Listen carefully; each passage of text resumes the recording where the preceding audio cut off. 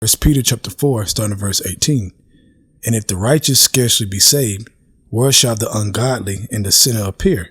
I want to give our praises to Yahweh, Bahashem, Yahushai, Bahashem, or Ka Kodash, forgive me the spirit to do this lesson. This lesson is going into the righteous shall scarcely be saved. Okay. And that's facts, man. All right. When you look at Jacob's trouble that's coming and it being a time that never been on the earth before, we have to go through that. You know, we have to go through it, man. The elect that's going to be saved, Lord willing, I'm one of those, man. And also you brothers that are listening, that are sincere, you're going to have to go through it even if you get saved. Okay. That's what it means by scarcely be saved, man. It's going to be close. All right.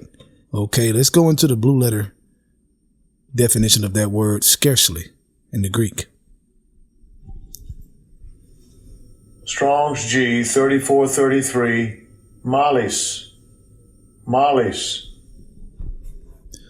Okay, and it says with difficulty, hardly, not easy, scarcely, very rarely. Man, you talking about like almost, like almost got you, man. It's like when you see videos on YouTube or something, and you have certain videos where it has a collection of videos of people barely getting away. All right. It could be a guy walking across the street. He didn't see a car and the car barely missed him, but the car was going like 120. You just knew if that car would have got him, he'd have been dead, man. But it barely missed him. That's how it's going to be, man. That's how it's going to be. Even though the scriptures talk about the elect shall eat and they shall be hungry. We shall drink and they shall be thirsty. Yeah, the Lord is going to take care of his own, man. Okay, during this process.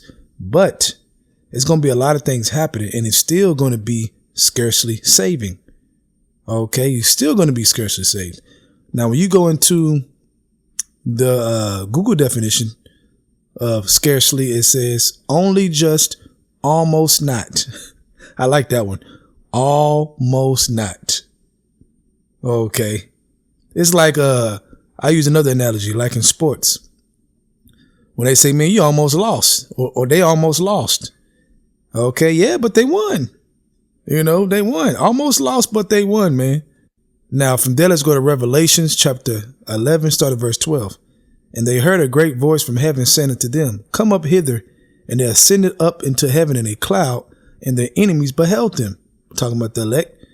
In the same hour was there a great earthquake, and the 10th part of the city fell, and in the earthquake were slain of men 7,000. Represents completion. Okay. And the remnant were affrighted and gave glory to Yahweh Shai of heaven. So the remnant, the elect, were affrighted. Right, man. So they were scared, man, what they saw. They were like, oh, shit. But they gave glory. Why they gave glory? For one, because it's over. Okay. Esau has been brought down. Babylon has been brought down. But they got saved up out of it, man. Okay. So they were thankful, man. That's why they gave glory to Yahweh Shai, because they were scarcely saved. It was almost. That was almost gotten. Okay. Let's go to Proverbs chapter 3, starting at verse 25. Be not afraid of sudden fear, neither of the desolation of the wicked when it cometh. Okay, so be not afraid of sudden fear, man. It's going to be a lot of sudden fear that's going to take place. A lot of sudden fear. Okay, and we all have to be prepared for that. Okay, you have to be prepared to be scarcely saved because the scriptures talk about it. Okay, now the only way to do that, your faith has to be on another level.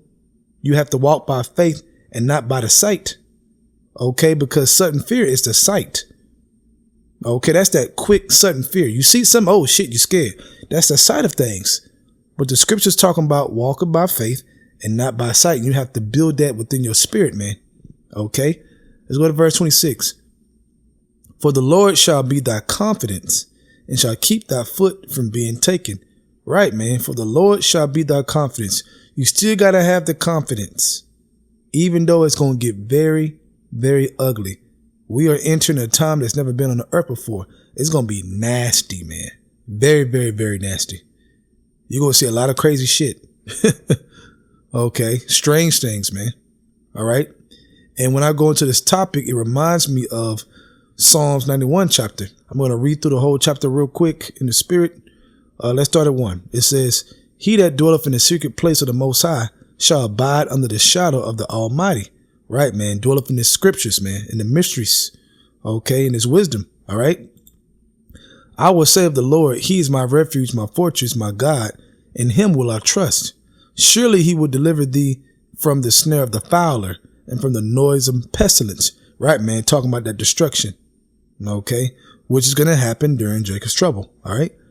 He shall cover thee with his feathers, and under his wings shalt thou trust. Right, man. The angels, man, his protection. He gonna send his angels to protect you, to save you. His truth shall be thy shield and buckler. Thou shalt not be afraid for the terror by night, nor for the arrow that flieth by day. Because these things are going to be happening during Jacob's trouble. Okay, sudden fear. But the scriptures, like I just read, told us not to be afraid of sudden fear. Even though you know you're going to scarcely be saved, man. Already book it in your mind, man. Just so you can prepare for it. Okay? Don't go into Jacob's trouble thinking everything going to be good nonstop 24/7. If you think that way, man, then you don't understand the truth, man. You're going to bug out once you start seeing things, man, in your face. Okay? Verse 6. Nor for the pestilence that walketh in darkness, nor for the destruction that wasteth at noonday. 1,000 shall fall at thy side, and 10,000 at thy right hand, but it shall not come nigh thee. Right, man. Okay, it's going to be there. Okay, but the Lord can block it here and there and block it here and there. You know, show his power, man, though you see it coming at you. Okay? Only with thy eyes shalt thou behold and see the reward of the wicked. Because thou hast made the Lord, which is my refuge, even the Most High thy habitation, there shall no evil befall thee, neither shall any plague come nigh thy dwelling. And that reminds you of ancient Egypt. Okay, when they put the blood on the doorposts, okay, so that the judgment and the plague would pass over the Hebrew Israelites during that time, man. Okay, and those things are going to be happening this time, man.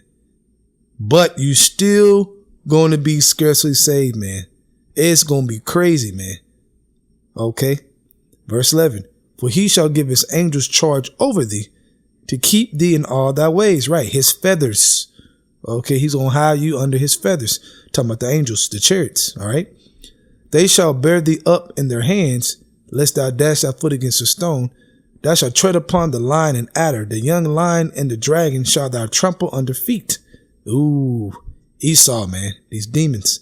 Because he hath set his love upon me, therefore will I deliver him. I will set him on high, because he hath known my name. He shall call upon me, and I will answer him. I will be with him in trouble. I will deliver him and honor him. Now, when you go into Amos chapter 5, I'm not going to get it. I'll quote it a little bit. It talks about the day of the Lord, 18 on down. The day of the Lord being great darkness, man. Okay, one thing after another. Okay, like a man escaped the bear and leaned his hand on the wall and a serpent bit him. He escaped that and then met a lion. Okay, we all got to go through that. Everybody. The difference is there is a select few that's going to be protected and escape those different things. Though we going to see it, man, and go through different things, man. Okay. How about Shema Shah could have one of those troops grab you up, throw you in the paddy wagon. Okay. And the angel could make you escape out of that thing, man. That's scarcely. Why? Because they had you. They had you locked up. They was going to take you who knows where to the camps and do who knows what. Okay. Just like when, what was it, Peter or Paul? Just like when they got delivered out of the prison. I think it was Peter. They got delivered out of the prison, man. Okay. Think about that. All right. Let's go back to Psalms 91. Let's read verse 15 to 16. He shall call upon me and I will answer him. I will be with him in trouble. I will deliver him and honor him. With long life will I satisfy him and show him my salvation. So at the end of the day, man, you're going to have faith through all that, man. Okay. We know we're going to be scarcely saved. We know it's going to get crazy. There's going to be a lot of sudden fear that can make you fear suddenly. That's going to be going on. But right now, this is a time to build your faith up, to face that head on, and to trust in your power and your Habashim Abishai. Okay? The ancient stories we read, man, shows and proves that he can get you out of anything, man. Okay? His hand is not too short where he can't save. Like the scriptures say, man, he can do anything. And when you believe that he can do anything, he will do it. He'll show you. And that's what you got to build that within yourself. Each individual, man. Work out your own salvation with fear and trembling, man, and get ready for Jacob's trouble. So with that, I hope you're edified. I want to give our praise to Yahweh, Bahashem, Yahushai, Bahashem, Rakah, Kodash. Forgive me the spirit through this video. Double honor to the elders of Great Millstone. And shalom to you, Akim, out there that's doing the truth and sincerity. Shalom.